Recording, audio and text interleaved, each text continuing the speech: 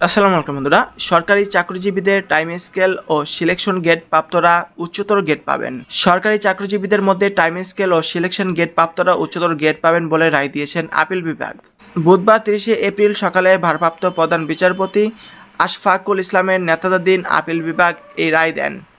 এর ফলে প্রায় 15 লাখ সরকারি ও স্বায়ত্তশাসিত প্রতিষ্ঠানের কর্মকর্তা কর্মচারীরা এই সুবিধা পাবেন।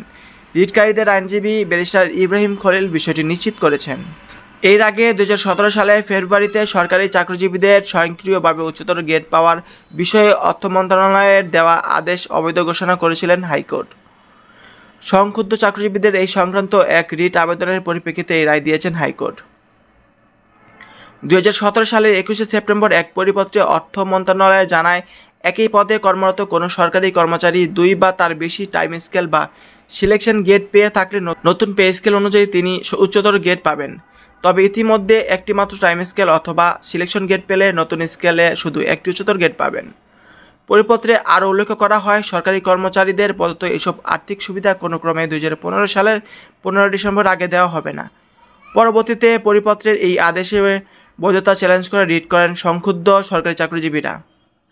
সরকারি চাকরিতে নিচের স্তরের কর্মচারীদের পদোন্নতির সুযোগ সীমিত। এইসব পদোন্নতি বঞ্চিতদের আর্থিক সুবিধা নিশ্চিত করতে বর্তমান সরকার বহুল আলোচিত টাইম স্কেল ও সিলেকশন গেট পুরানো প্রথা বাতিল করে।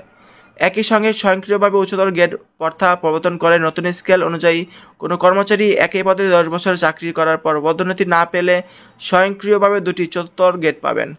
এর মধ্যে একটি পাবেন চাকরির 10 বছর পর 11তম বছরে, আর অপরটি 16 বছর পর অর্থাৎ 17তম বছরে। অর্থ মন্ত্রণালয়ের সূত্রে জানা গেছে, মূল পে স্কেল এই বিধান করা হলেও এই সুবিধা কিভাবে দেওয়া হবে সেই বিষয়ে কোনো দিক নির্দেশনা ছিল না। এই প্রেক্ষাপটে মূল পে স্কেলে উল্লেখিত নিয়ম কার্যকর করতে স্পষ্ট করে ব্যাখ্যা দিয়ে একটি পরিপত্র জারি করে অর্থ মন্ত্রণালয়। মূল পে স্কেলে কার্যকর হওয়ার 3 মাস পর গত বছরের সেপ্টেম্বরে এটি জারি করা হয়।